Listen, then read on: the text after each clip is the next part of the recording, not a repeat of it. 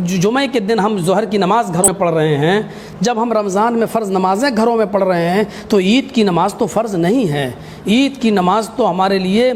جمعے کے دن سے بڑی اہمیت نہیں رکھتی ہے، تو ہم عید کی نماز گھر میں کیوں نہیں پڑھ سکتے ہیں؟ اگر بازار میں آپ گئے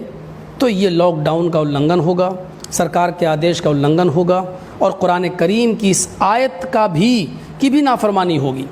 لا تلقوا بأیدیکم الی التہلکہ۔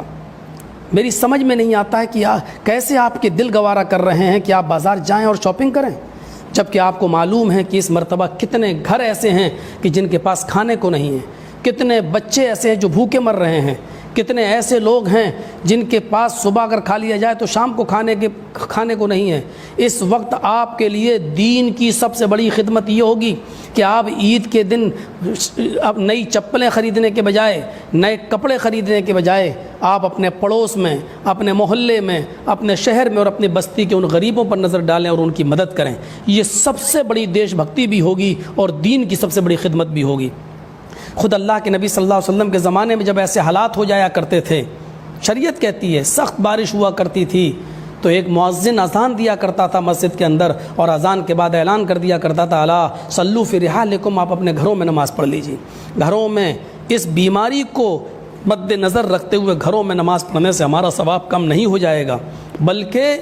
ہمیں اس کی اہمیت کو سمجھنا ہوگا اور لاک ڈاؤن کا پورا پالن کرنا ہوگا، سرکار کی گائیڈ لائن کا پورا پالن کرنا ہوگا، اور اگر ہمارے لیے لاک ڈاؤن عید کی نماز سے پہلے اگر نہیں کھلتا ہے اور سرکار کوئی نئی گائیڈ لائن تیار کرتی ہے تو ہمیں اور آپ کو یہ سوچنا ہوگا کہ ہمیں عید کی نماز بھی گھروں میں پڑھنا ہے۔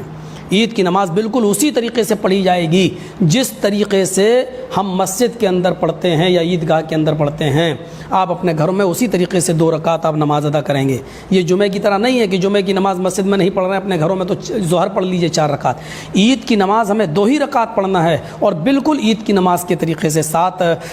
پہلی رکعت میں 7 تکبیر اور دوسری رکعت میں 5 تکبیر، یعنی 12 تکبیر زوائد۔ ایسے ہی ہمیں اپنے گھروں میں نماز پڑھنا ہے۔ آپ اپنے گھروں میں اپنی بیوی اور اپنے بچوں کو اپنے پیچھے کھڑا کر کے بھی نماز پڑھا سکتے ہیں، اس میں کوئی حرج کی بات نہیں ہے۔ میری آپ سے پھر گزارش ہے کہ بازاروں میں بھیڑ نہ لگائی جائے، کوئی کپڑا وغیرہ نہ خریدا جائے، شاپنگ نہ کی جائے، اور آپ سے میری پرزور اپیل ہے کہ اس مرتبہ عید نہایت سنجیدگی کے ساتھ منائیں اور غریبوں کا خیال رکھیں۔ یہی اس وقت ہماری دیش بھکتی ہوگی اور یہی ہمارے لیے سب سے بڑی دین کی خدمت ہوگی۔ مجھے امید ہے کہ انشاءاللہ آپ